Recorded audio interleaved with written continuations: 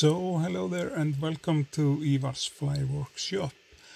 Today we are tying a fly that is called Svartur Köttur. That would be translated to English as a black cat. It's an Icelandic fly. It looks like some stuff similar which most of you guys have seen before in some forms. The thread we are using, it's an 8/0 uni. It's a black thread, and I like the uni product. It's a really nice print. And the hook we are using, it's a salmon double Mustad number 8. Even though it's a trout fly, it's tied on a up-bended eye salmon hook, and it comes with a Dumbell eye, so we start basically by attaching the Dumbell eyes to the hook shank, and I prefer to start with that rather than to end on attaching the Dumbell eyes, because through those last 30 years I've been tying flies, I found out that often that when you're going to attach the Dumbell eyes at the end, you'll be already run out of space on the hook shank. So it's a quite good method just to simply put it on in the beginning.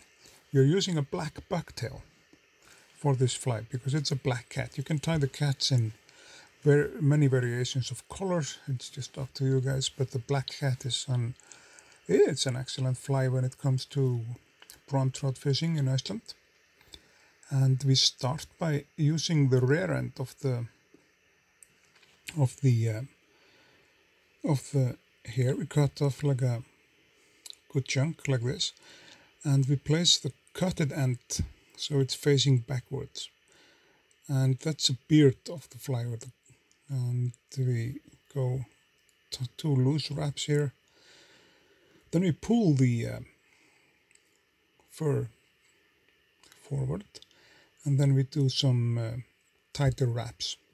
This is the beard of the fly, but we'll be working on the beard a little bit later on, because we'll trim it down and fix it a little bit when it comes to the end. And as you see, the beard is not facing downwards much, but before we do anything, we just trim off the rest of it there, and that piece we trimmed off, we'll be using that for the wing of the fly. And yeah, with the beard, it's not facing downwards much. So to get it to face a little bit more downwards, there is a trick that I use quite a lot to kind of control the how the beard and the feathers and all the stuff I'm tying on lays, and in which direction it goes. So I will use a needle here to take most or the majority of the fur upwards, and or just simply like this, just lift it with your fingers and then go around just one wrap. This one wrap will change everything, as you see. And this is I learned this from an Ahrex fly tying book, which I still have, which I got when I was 12 years old. I read that through back in the days, and I learned a lot from that book. Still have it. And now we'll prepare the wing of the fly. We'll zoom out for you guys so you can see how the wing will be set and put on. It's the length of the wing, it's like twice the length of the shank of the hook, about. We'll just trim this off and get the wing down onto the shank behind the Dumbell eyes, and we'll lift the wing like this, tune it in position, and then we'll take a few tight wraps on it to secure it. And like I said, this is an excellent fly when it comes to fishing brown trout, and in the Veiðivötn region in the highlands, this has been turned out to be a really, really effective fly in some of those lakes there. Next step is to give the wing a little life, and we'll do that by getting getting this crystal flush. Just one strand, I cut it down to 4 pieces. It's just about enough for the wing.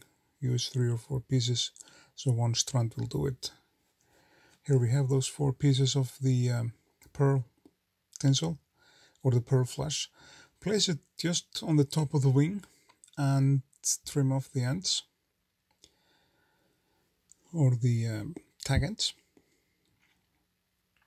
Just like that with my new scissors, great scissors. And the pearl is just put in the wing just to give it like a little life, just a little charm. And the rest of the wing, we'll be putting that on right now, because we'll place just another chunk of bucktail, black bucktail, on the top of the pearl, where we just place the pearl. It's like I said, it's a simple fly. It's not difficult to tie. It's on a rather large hook, so it's not any like super tiny hooks. It's like, I would say it's not that much challenge. It's almost like a